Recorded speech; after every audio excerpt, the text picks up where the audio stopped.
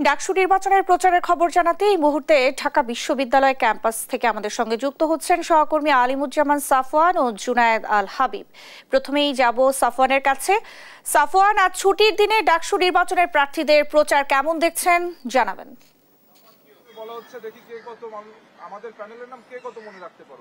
Nancy, এই মুহূর্তে আমরা ঢাকা বিশ্ববিদ্যালয় শহীদুল্লাহ হলে আছি এবং এখানে আমরা দেখতে পাচ্ছি যে ছাত্র দলের যিনি জিএস প্রার্থী আছেন তিনি এসেছেন শিক্ষার্থীদের সাথে নামাজের পরে দেখা করে ভোট চাইতে। তো আমরা সরাসরি হামিমের কাছে যাচ্ছি।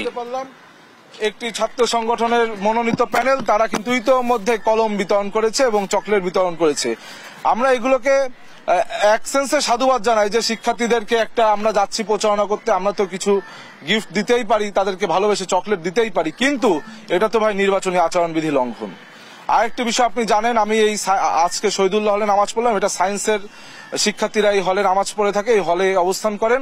আমাদের ঢাকা বিশ্ববিদ্যালয়ের সায়েন্সের হলগুলায় কিন্তু অবস্থা খুব বেশি ভালো না। সায়েন্সের যে ডিপার্টমেন্টগুলো রয়েছে এখানে কিন্তু আপনার বেশিরভাগই থিওরিটিক্যাল পড়াশোনা হয়, কিন্তু আমরা দেখছি যে ল্যাবগুলো রয়েছে এই ল্যাবগুলাই আধুনিক যন্ত্রপাতি নেই, আধুনিক সুযোগ সুবিধা নেই। আজকে সায়েন্স রিলেটেড যে সাবজেক্টগুলো রয়েছে আমরা দেখছি আমাদের সমুদ্র থেকে তেল সহ বিভিন্ন খনিজ উৎপাদন যখন উত্তোলন করা হয় বাইরের দেশের এক্সপার্টাইজ আনা হচ্ছে, কিন্তু আমরা ঢাকা বিশ্ববিদ্যালয়ের যে সায়েন্স বিভাগের শিক্ষার্থীরা রয়েছে তাদেরকে যদি আমরা স্কিলড করতে পারতাম, আমরা যদি থিওরিটিক্যাল থেকে মোর দ্যান থিওরিটিক্যাল থেকে আমরা একটি স্কিল বেসড পড়াশোনার দিকে তাদেরকে আওতাভুক্ত করতে পারতাম, সেক্ষেত্রে কিন্তু এই এক্সপার্টাইজ আমাদের বিশ্ববিদ্যালয় থেকে গড়ে উঠত। এই জন্য আমি চাবো, আপনারা জানেন যে বিভিন্ন সফিস্টিকেটেড যে সায়েন্সের কাজগুলো সেইগুলা কিন্তু করানো হয় বাইরের দেশের এক্সপার্ট দিয়ে। সুতরাং আমরা চাইবো আমাদের ঢাকা বিশ্ববিদ্যালয়ে যে সকল শিক্ষার্থী গ্রাজুয়েশন কমপ্লিট করে তারা যেন দক্ষ জনসম্পদে রূপান্তরিত হয়, এই ধরনের কিছু ইনিশিয়েটিভ আমরা নিতে চাই। আমরা শিক্ষার্থীদের কাছে আমরা আমাদের প্যানেলের পক্ষ থেকে ভোট আহ্বান করছি। আমাদের যদি শিক্ষার্থীরা তাদের ম্যান্ডেট দেয়, আমাদেরকে যদি নির্বাচিত করে, ইনশাআল্লাহ ঢাকা বিশ্ববিদ্যালয়ের প্রত্যেকটি ডিপার্টমেন্ট, এখানে অনেক স্পেশালাইজড ডিপার্টমেন্ট রয়েছে, আমি সায়েন্সের ডিপার্টমেন্টগুলোর কথা বললাম, ঠিক একইভাবে আর্টসেও কিন্তু বিভিন্ন ডিপার্টমেন্ট রয়েছে, সোশ্যাল সায়েন্সের ডিপার্টমেন্ট রয়েছে। আপনারা জানেন গণমাধ্যম কর্মীরা, টিভি, ফিল্ম অ্যান্ড ফটোগ্রাফি নামে একটি ডিপার্টমেন্ট ঢাকা বিশ্ববিদ্যালয়ে রয়েছে, যার কাজই হলো সেখানে কিন্তু টিভি, ফিল্ম এবং মিডিয়া নিয়ে কাজ হয়, ফটোগ্রাফি নিয়ে কাজ হয়। কিন্তু দুঃখের বিষয় সেখানে শিক্ষার্থীদেরকে ক্যামেরাটা পর্যন্ত নিজের কিনতে হয়, সেই ডিপার্টমেন্ট থেকে কিন্তু কোনো টুলস তাদেরকে দেওয়া হয় না।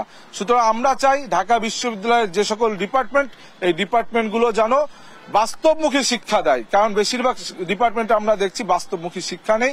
বাস্তবমুখী শিক্ষা দিতে পারলেই আমাদের শিক্ষার্থীরা দক্ষ জনসম্পদে রূপান্তরিত হবে। এছাড়াও আমি নির্বাচন কমিশনকে আহ্বান জানাবো, আপনারা দ্রুত এই যে নির্বাচনী মাঠে যে অসমতল ভূমিতে রূপান্তরিত হয়েছে, আমরা দেখছি বিভিন্ন প্যানেল, বিভিন্ন স্বতন্ত্র প্রার্থী যে যখন পাচ্ছে আচরণবিধি লঙ্ঘন করছে। আপনারা জানেন গতকাল আগের দিনও টিএসসিতে কিন্তু একজন প্রার্থী বিভিন্ন আয়োজনের অনুষ্ঠান করে তার গান বাজনা করে পরবর্তী তার ইস্তেহার পাঠ করেছে আলোকসজ্জা করে, যেটি সম্পূর্ণ আচরণবিধি লঙ্ঘন। একই সাথে আমি আরেকটি বিষয় বলতে চাই, দৃষ্টিপাত করতে চাই, ইতোমধ্যে আমাদের ঢাকা বিশ্ববিদ্যালয়ের অনাবাসিক যারা শিক্ষার্থী তাদের ভিতর ভয়ের সঞ্চার হয়েছে, এক ধরনের ভীতির কিন্তু সেখানে কায়েম হয়েছে। কারণ আপনারা জানেন,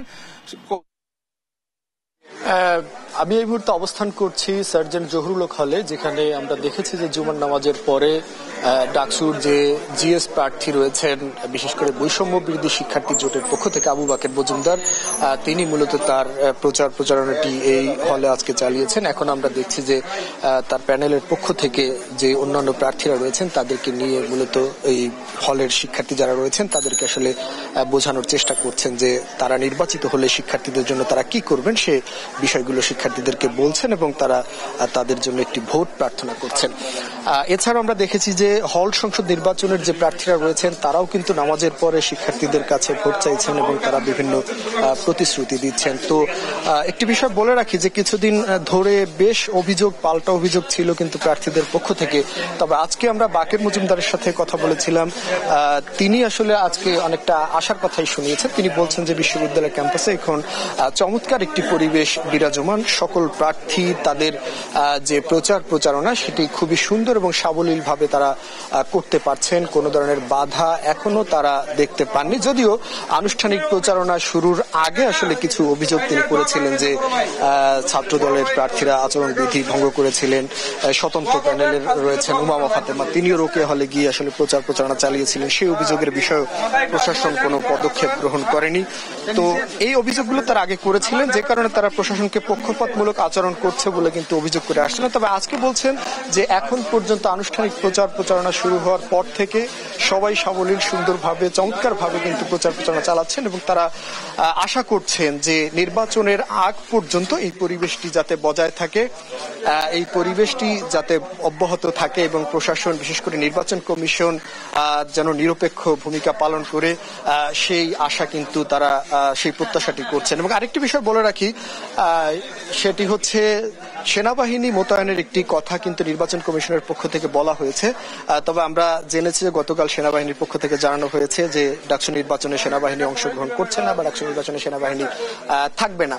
তো এই বিষয়ে আসলে প্রার্থীদের প্রতিক্রিয়া আমরা জানতে চেয়েছিলাম। তো তারা বলছেন যে ডাকসুতে এখনো এমন কোনো পরিস্থিতি তৈরি হয়নি যেখানে আসলে নির্বাচন পরিচালনার জন্য সেনাবাহিনীকে অবস্থান করতে হবে।